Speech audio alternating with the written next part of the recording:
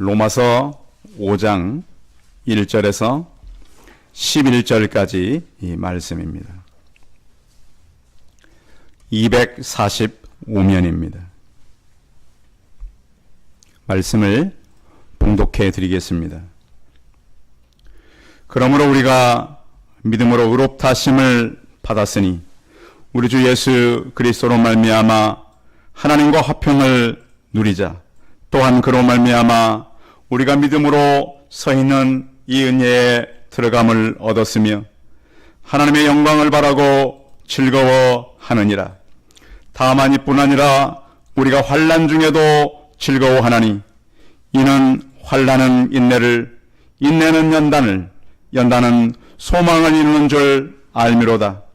소망이 우리를 부끄럽게 하지 아니함은 우리에게 주신 성령으로 말미암아 하나님의 사랑이 우리 마음에 부은 바 됨이니 우리가 아직 연약할 때 기약대로 그리스도께서 경건하지 않은 자를 위하여 죽으셨도다. 의인을 위하여 죽는 자가 쉽지 않고 선인을 위하여 용감히 죽는 자가 혹 있거니와 우리가 아직 죄인 되었을 때에 그리스도께서 우리를 위하여 죽으심으로 하나님께서 우리에 대한 자기의 사랑을 확증하셨느니라. 그러면 이제 우리가 그의 피로 말미암아 의롭다 하심을 받았으니 더욱 그로 말미암아 진노하심에서 구원을 받을 것이니 곧 우리가 원수 되었을 때에 그의 아들의 죽으심으로 말미암아 하나님과 화목하게 되었은즉 화목하게 된 자로서는 더욱 그의 살아나심으로 말미암아 구원을 받을 것이니라. 그뿐 아니라 이제 우리로 화목하게 하신 우리 주 예수 그리스도로 말미암아 하나님 안에서 또한 즐거워하느니라. 아멘. 우리 옆 사람과 서로 인사하겠습니다. 만나서 반갑습니다. 예, 감사합니다. 예, 무엇보다 마스크를 벗고 설교할 수 있어서 참 감사합니다. 하나님께서 우리에게 질병도 주셨지만 또 질병을 통해서 저는 우리 성도들의 신앙이 더욱 강해졌다는 마음을 갖습니다. 한국교회가 코로나 이전과 이후로 바뀔 것이다. 그런데 교회들도 많이 바뀌고 있다 그럽니다. 그래서 우리가 또 새로운 마음을 가지고 하나님을 바라보고 또 11월은 감사의 달이니까 우리 삶 가운데 많은 감사들이 넘쳐나기를 바랍니다. 우리가 감사를 하고 사는데 우리 성도들은 감사의 원천이 무엇입니까? 혹시 소유 때문에 감사하지는 않습니까? 하나님께서 이런 것들을 내게 허락하셔서 감사하다.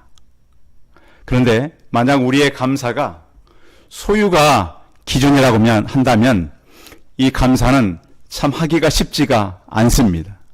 그런가 하면 또 우리의 감사가 비교하는 감사가 될 수 있어요. 나는 다른 사람보다 좀 더 나으니까, 우리나라는 다른 나라보다 좀 더 나으니까, 나는 이런 이유가 다른 사람들에 비해서 좀 더 나아서 감사한다. 만약 이런 감사가 우리 안에 있다면 이 감사는 진정한 감사가 아니라고 하는 것입니다. 왜냐하면 우리보다 훨씬 부족하고 우리가 비교했을 때 우리보다 못한 사람들이 더 감사할 수 있다면 우리는 진정한 그런 감사를 하는 것이 아니죠. 왜냐하면 우리는 감사할 때에 자꾸 나보다 나은 사람을 비교할 때가 많거든요. 그런데 우리의 소유가 감사의 기준이 아니라, 비교가 감사의 기준이 아니라 하나님의 말씀의 가치가 감사가 되시길 바랍니다. 진리라고 하는 것은 발견하는 것이고 하나님께서 경험케 하는 것이죠. 그런데 이 진리라고 하는 것은 우리의 생애 자체를, 앞으로 우리가 살아갈 우리 후손들의 반영을 바로 놓는 디딤돌과 같기 때문입니다. 또 우리가 살아오면서 우리가 하나님께 감사할 것들이 있는가 하면 또 하나는 다른 사람들로부터 받은 것들을 감사하는 달이 또한 되어야 합니다. 여러분은 지금까지 살아오면서 어떤 감사를 기억하고 살아갑니까? 역사적으로 이제 이 정치인들이 자기가 받은 은혜를 갚기가 어려운데 이런 그 감사가 하나 있어요. 폴란드의 그 피아니스트였던 파테르브스키가 아주 유명해져 가지고 미국의 순회 공연을 할 때였습니다. 그래서 워낙 유명한 폴란드 피아니스트였기 때문에 이 사람을 데려다가 음악회를 하면 돈이 좀 남겠다라고 생각했던 스탠포드의 학생이 있었습니다. 그래서 파테르브스키를 이제 초청해가지고 음악회를 하려고 그러는데 조건을 걸었습니다. 한 $2,000 정도면 와서 공연을 해주겠습니까? 그렇게 하겠다고. 그래서 이제 마침 이제 이 피아니스트가 자기의 학교가 있는 캘리포니아 쪽으로 오는 거예요. 그래서 이제 준비를 하고 티켓도 만들고 그래서 이제 좀 이익을 얻어서 학비에 보탤 생각이었습니다. 그래서 공연을 마치고 계산을 해보니까 강사를 $2,000에 불렀는데 총 모금액이 $1,600밖에 안 되는 거예요. 얼마가 부족하죠? $400가 부족한 거예요. 그래서 이제 할 수 없이 이 $400는 나중에 드리겠습니다. 그리고 $1,600와 함께 가지고 왔어요. 그런데 참 파테르브스키가 호인이었어요. 상황을 보니까 학생이 너무 안 된 거예요. 그래서 내가 그냥 이것을 무료 공연한 것으로 하고 그냥 그거 가지고 가라. 그래서 학생이 뭐라 그랬냐면 선생님 고맙습니다. 나중에 꼭 이 은혜를 갚겠습니다. 그리고 시간이 많이 지나갔습니다. 그래서 이제 이 파테르브스키는 이 폴란드의 총리가 되었고요. 또 후보는 미국의 이 식량 구호 국장이 됐습니다. 근데 그때가 이제 언제였냐면 시간이 27년이 흘러서 1919년 2차 대전이 끝나고 폴란드는 굉장히 어려움을 맞았습니다. 이 토지가 황폐하고요. 또 사람들의 생활은 굉장히 어려워졌습니다. 가뭄이 계속되면서 식량난이 굉장히 높아졌습니다. 그러면 사람들의 원성이 높아지면서 이 피아니스트였던 이 사람은 총리직을 이제 내려놔야 될 상황이 됐어요. 도저히 이제 이 총리가 감당할 수 없어요.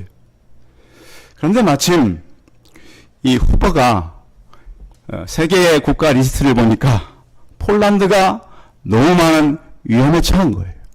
보니까 지금 폴란드의 이 수상이 위기를 맞았다는 얘기를 들었어요. 총리가. 그래서 후보가 식량 이 구호국장이니까 폴란드에 지원을 하기로 해요. 그래서 위기를 맞았던 폴란드가 어느 정도의 식량을 지원받냐면 200만 톤, $2,000를 27년 전에 그냥 줬는데 200만 톤의 식량을 보면 이것은 폴란드 국민이 1년 동안 먹을 수 있는 식량이었다 그래요. 그 당시에. 엄청나죠. 그리고서 도대체 폴란드는 이 곡식이 어떻게 해서 온 것이냐? 그러니까 거기에 써줬죠. 이것은 27년 전에 제가 약속한 것이었습니다. 나중에 꼭 갚겠다고 했는데 그래서 폴란드는 그 위기를 넘길 수가 있었다고 하는 아름다운 이야기입니다.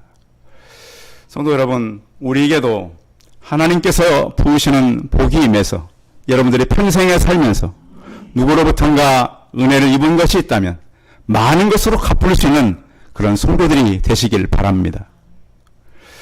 추수감사절이라고 하는 그 유래도 그렇지 않습니까?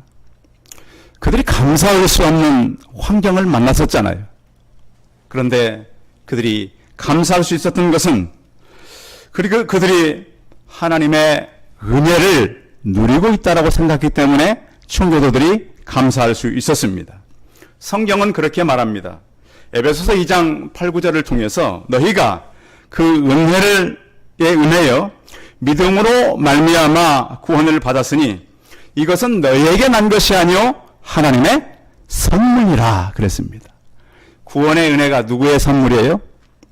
하나님의 선물. 여러분은 얼마나 큰 선물을 받아보셨습니까? 혹시 여러분 우리 주변에 사업을 잘 해가지고 성공한 어떤 사장님이 최고급 승용차를 나에게 한 대 보냈다. 그럼 하루만 감사할까요? 승용차가 너무 약한가요? 강남의 최고급 아파트 아니면 최고급 집 한 채를 내게 선물했다. 그럼 그 집에 살면서 하루만 감사할까요? 평생 감사할 것입니다. 우리가 이 구원의 가치라고 하는 것은 깨닫는 만큼 이 가치는 달라지는 거예요. 구원이라고 하는 것은 우리가 도저히 그것을 이룰 수 없는 거예요. 인생이 사람이 도저히 할 수 없는 것을 하나님께서는 선물로 주신 거예요. 바울이 그것을 깨달았어요. 그래서 그는 그가 가지고 있는 모든 것을 배설물처럼 내려놔도 아깝지 않은 구원이라는 것을 알게 된 거예요. 여러분, 하나님께서 우리를 구원하시고 구원을 우리가 깨달았을 때만 도우실까요? 평생 도우실까요? 성경의 약속을 확인해 보면 나만 돕는 것이 아니라 우리 후손들까지 하나님께 돕겠다고 약속을 하셨어요.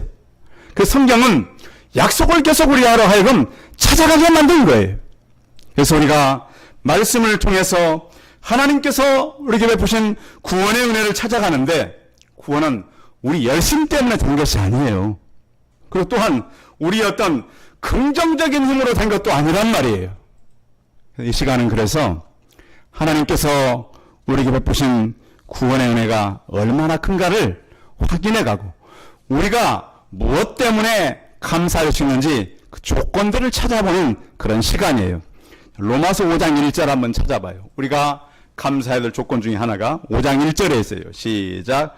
그러므로 우리가 믿음으로 의롭다 하심을 받았으니 우리 주 예수 그리스도로 말미암아 하나님과 화평을 누리자. 예수 그리스도로 말미암아서 뭘 누리자고요? 화평을 누리자라고요. 화평이라고 하는 것은 이 평안, 평강을 의미하는 그런 말이에요. 그런데 이 편지를 받을 당시 로마에 있는 기독교인들이 로마와 화평하기가 힘들었어요. 왜 그렇죠? 핍박 때문에.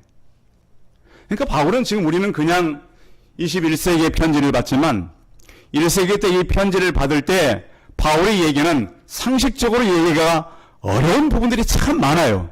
왜 그러냐면 이 사람들이 기독교인들이 박해를 받을 때 어디에 숨어 살았어요? 무덤, 지하에 숨어 살게 됐어요. 그들이 먹을 수 있는 음식은 굉장히 거칠었고 부족했고 그들의 삶은 형편없는 그런 삶이었습니다. 언제 로마 군인에게 그들은 발각될지 잡히면 그들은 심각한 죽음에 이르러야 했어요. 죽음도 그냥 죽음이 아니라 끔찍한 죽음을 그들은 만나야 했어요. 그러면 그들이 숨어 살고 지하 동굴에 살면서 이런 화평, 이런 평화가 있었을까요? 그리고 그들은 그들의 상황을 감사하며 살 수가 있었을까요? 그런데 이 편지를 받은 기독교인들이 이 편지를 받고 그렇게 살았다는 거예요. 아, 우리가 예수 그리스도 때문에 하나님과 화평하고 살 수 있구나. 그래서 감사하구나. 그래서 하나님과 화목하게 됐구나. 전혀 우리가 하나님과 도저히 화목할 수 없는 우리가 예수 그리스도로 인해서 화목하게 됐다는 거예요. 그래서 우리가 이제 어떤 삶을 살아가야 되냐면 우리 기독교인들은 우리는 누구나 그 리더의 삶을 살아야 돼요. 그래서 요즘에는 리더와 관리자라고 하는 그 차이를 설명하는 책들이 많아요. 자, 리더는 일을 할 때 이 사람 중심으로 일을 한대요. 근데 관리자는 일 중심으로 일을 한대요. 우리 성도님은 일을 할 때 사람 중심으로 일합니까? 일 중심으로 일합니까? 그래서 리더는 이 굉장히 신뢰를 가지고 일을 하는데 관리자는 통제 위주로 일을 한대요. 우리 성도님들은 통제 위주입니까? 신뢰 위주입니까? 또 리더는 장기적인 안목을 갖고 일하는데 관리자는 단기적인 안목을 갖고 일한다는 거예요. 그래서 리더는 수평적으로 일을 하고 관리자는 수직적으로 일을 한다는 거예요. 그래서 하나님께서 우리를 이 땅에 보내셔서 이제 예수 그리스도를 발견한 리더들로서 하나님 앞에서 어떻게 살아야 하는가? 자, 우리가 원래 하나님 앞에 진노를 받아야 될 사람들이었거든요.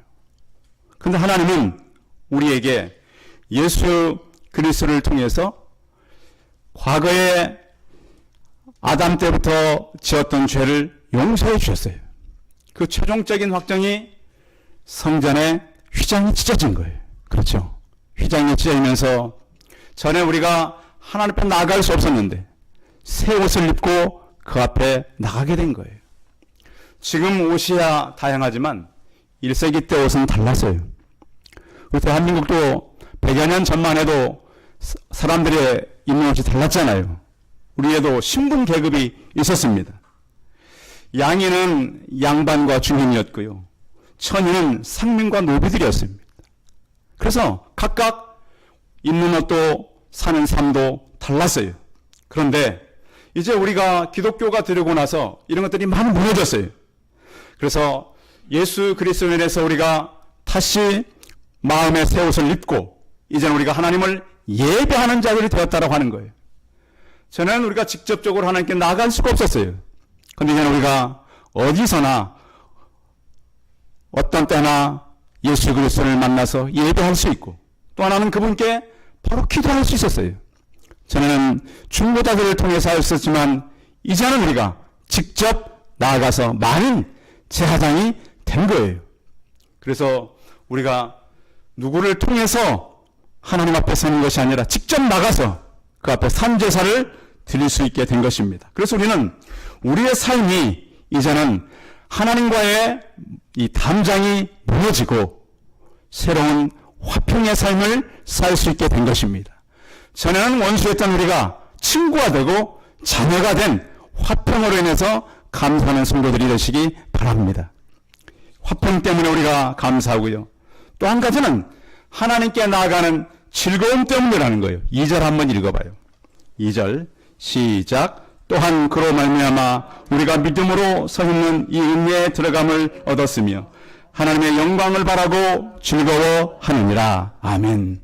그래서 이제 우리가 환난을 만나고 살기도 하겠지만 미래가 우리가 참 불안하겠지만 자, 오늘 이 시간에 가장 불안한 그 계층이 누굴까요? 우리 장로님께서 기도하셨는데 수험생들일 거예요. 시험이 얼마 남지 않을 때. 근데 목회자들에게도 토요일은 약간 긴장감이 있는 거 아세요? 무엇 때문에 긴장감이 올 거예요? 주일 설교 때문에. 제가 왜 이렇게 저도 이렇게 토요일만 되면 약간 긴장감이 오나? 저는 시험은 대학원에서 끝나는 줄 알았어요. 근데 알고 보니까 매주 토요일마다 시험 준비를 하는 것 같아. 물론 여러분들이 제 채점관은 아니에요. 그런데 나는 누구 앞에 서야 돼요? 성도들 앞에 서기 전에? 하나님 앞에 서야 한다는 부담감이 늘 있는 거더라고 보니까. 그래서 왜 이렇게 토요일이 되면 약간 좀 긴장되는 마음이 있고 때로는 잠도 안 오고 주일을 생각하는 마음이 있게 되는가. 하나님 의식 때문에 그런 거예요. 최선을 다해도 최선을 할 수가 없어요. 그 늘 긴장이 되는 거예요. 수험생들에게 얼마나 긴장이 되겠어요. 그런데 성경은 이제 우리가 하나님 안으로 들어가게 되었다. 믿음으로 은혜에 들어가게 됐고 영광을 바라보게 되었다라고 하는 것입니다. 그런데 환난이 있다는 거예요. 우리가 환난을 만나는 몇 가지 이유가 있어요. 성경에는 죄 때문에 환난을 맞기도 하고요. 또 우리가 불순종 때문에 환난을 맞기도 하고 또 어떤 환난은 우리의 시험 때문에 환난이 될 수도 있고 예수 그리스도의 환난에 동참하는 그런 환난이 있을 수도 있어요.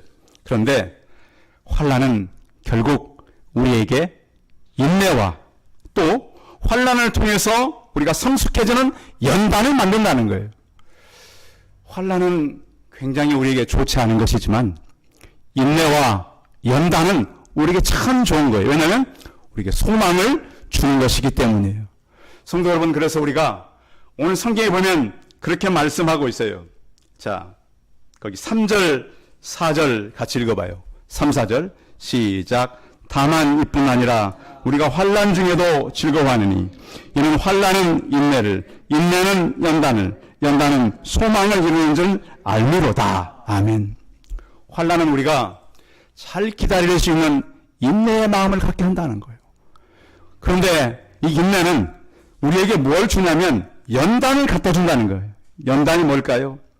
우리가 우리의 신앙이 성숙된다라고 하는 거예요. 다듬어진다는 거예요. 하나님께서 우리에게 주시는 환난 때문에 인내하는 기다리는 마음들이 생기고 우리 신앙이 다듬어지고 그것으로 인해서 소망이 생긴다면 우리가 얼마나 즐거운 것일까요? 그것 때문에 즐거워하라는 거예요. 그래서 성도들 안에 혹시 환난이 온다 그래도 환난 때문에 소망으로 이어지는 그런 믿음의 확신들이 있기를 바랍니다. 환난 때도 즐거워할 수 있는 것은 환난은 결국 우리를 소망으로 가게 한다. 100년 전에 대한민국은 나라를 뺏겼어요. 그렇죠? 그래서 기독교가 들어오자마자 얼마나 많은 핍박을 당했어요. 36년 동안 일본이 우리의 것을 다 털어갔어요. 쉽게 말하면. 36년 동안 뺏어갔으니 남은 게 없어요.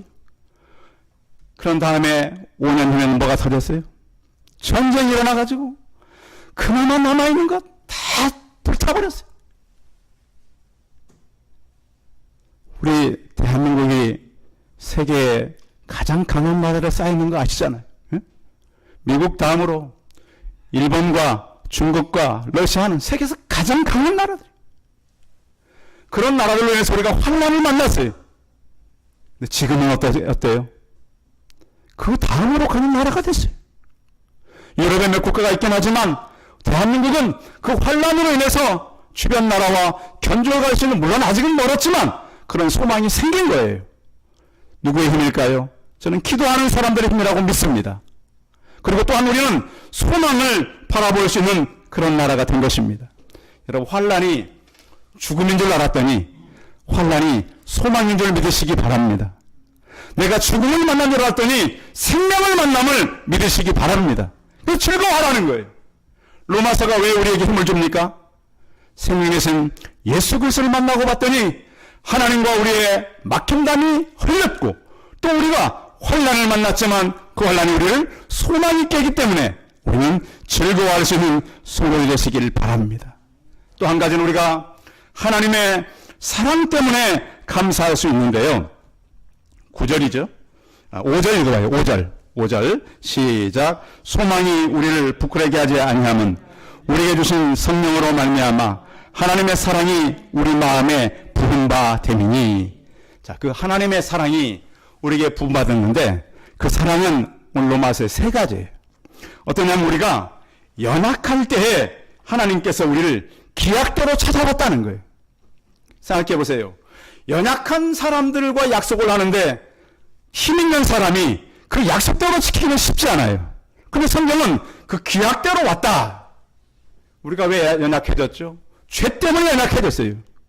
자, 죄인 되신 하나님이 우리가 죄를 짓자 우리의 시간 속에 찾아오신 거예요. 그래서 하나님의 약속한 대로 우리를 찾아오셨다. 성도 여러분, 믿음의 사람들은 시간에 신실하시기 바랍니다. 하나님이 그러셨거든요. 우리가 연약했지만 하나님은 그 약속대로 우리를 찾아오신 분이다. 또 하나가 있어요.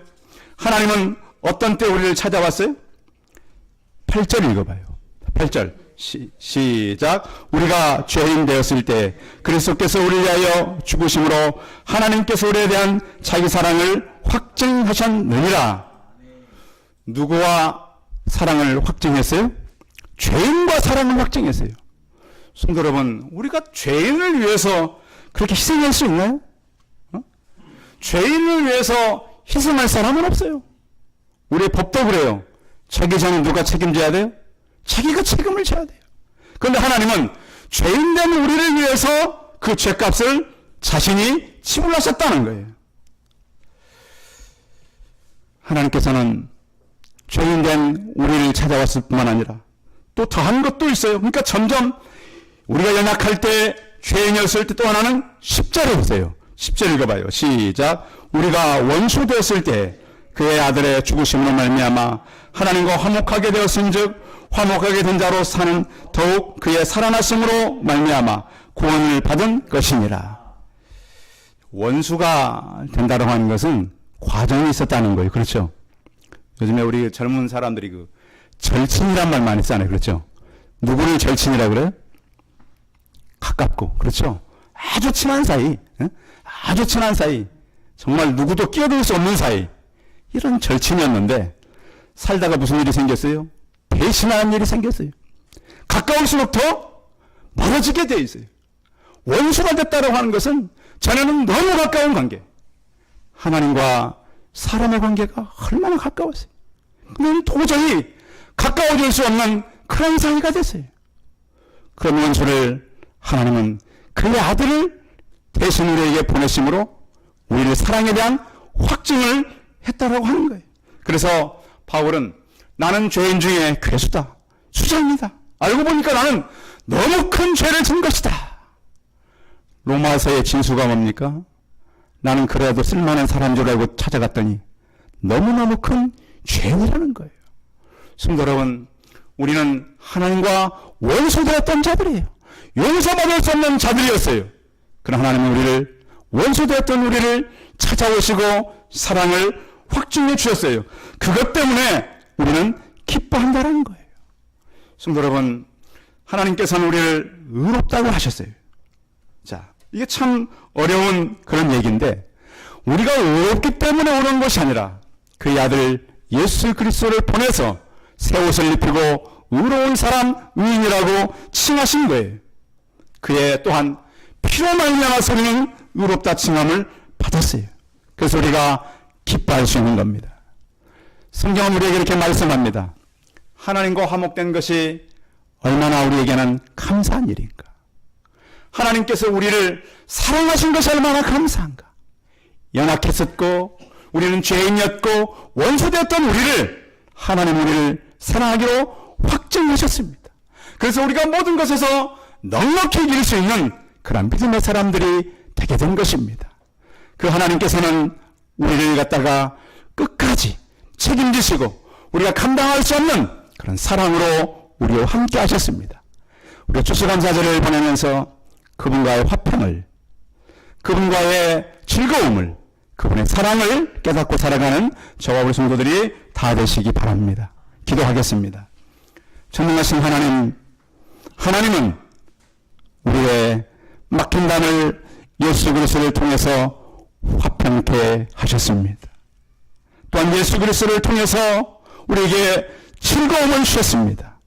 예수 그리스도를 통해서 우리에게 사랑을 확증해 주셨습니다. 우리가 그것을 깨닫고 감사함으로 우리의 남은 생애를 복되게 살게 하여 주옵소서. 주 예수 그리스도의 이름으로 기도하였습니다. 아멘. 광고 말씀 드리겠습니다. 우리 예배에 참석하신 성도님들 감사하고요. 다음 주일은 추수감사 주일입니다. 한 해 동안 인도하신 하나님께 감사하는 그런 성도들이 되시기 바랍니다. 그리고 예배 시에는 성찬식이 있습니다. 그리고 일부 순서로 예배와 성찬식을 마치고 잠시 성찬식의 도구들을 잠깐 치우고 일부 순서로 임명식과 은퇴식을 하겠습니다. 임명식은 이재용 집사님, 박정 집사님이 권사님으로 임명되시고요. 우리 이현우 장로님께서 은퇴를 하시고 은퇴 장로님으로서 교회를 계속 섬겨가실 것입니다. 예배 실시간으로 들어오셔서 여러분 참여해서 감사합니다. 세수송 교회에 들어오셔서 구독 누르시고 들어오면 되겠습니다. 달력 지난주에 안 가져가신 분들 뒷자리에 우리 전홍준 집사님 그 옆에 있으니까 가져가시기 바랍니다. 우리 찬송 436장 하심으로 축도함으로 예배 마치겠습니다.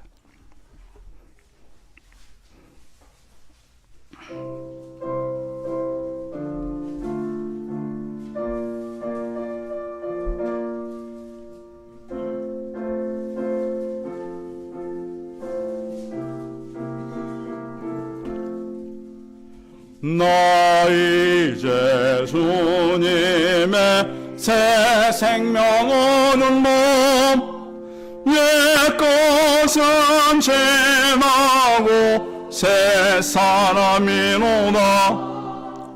그 생명 내 맘에 강같이 흐르고 그 사랑 내게서 해같이 빛난다. 영생을 노리며 주 안에 살리라. 오늘로 내일로 주 함께 살리라. 주 안에 감추인 새 생명 얻으리. 이전에 좋던 것 이제는 값없다. 하늘의 은혜와 평화를 맛보니 찬송과 기도로 주 함께 살리라. 영생을 누리며 주 안에 살리라. 오늘로 내일로 주 함께 살리라. 산천도 조목도 새 것이 되었고 죄인도 원수도 친구로 변한다. 새 생명 얻은 자 영생을 누리니 주님을 모신 맘 새 하늘리로다. 영생을 누리며 주 안에 살리라. 오늘로 내일로 주 함께 살리라. 주 따라 가는 길 험하고 멀어도 찬송을 부르며 뒤따라가리라. 나 주를 모시고 영원히 살리라. 날마다 섬기며 주 함께 살리라. 영생을 누리며 주 안에 살리라. 오늘도 내일도 주 함께 살리라. 기도하겠습니다. 이제는 우리 주 예수 그리스도의 은혜와 하나님의 무한하신 사랑과 성령의 교통하심이 말씀을 통해서 감사할 이유를 찾고 하나님의 화평과 하나님의 사랑과 또 하나님의 즐거움에 참여하여서 기쁨으로 믿음 생활을 하기를 원하는 우리 성도들의 머리머리해와 이들의 가정과 사업터와 일터와 모든 직장에 여기 영원토록 함께 있을지어다. 아멘.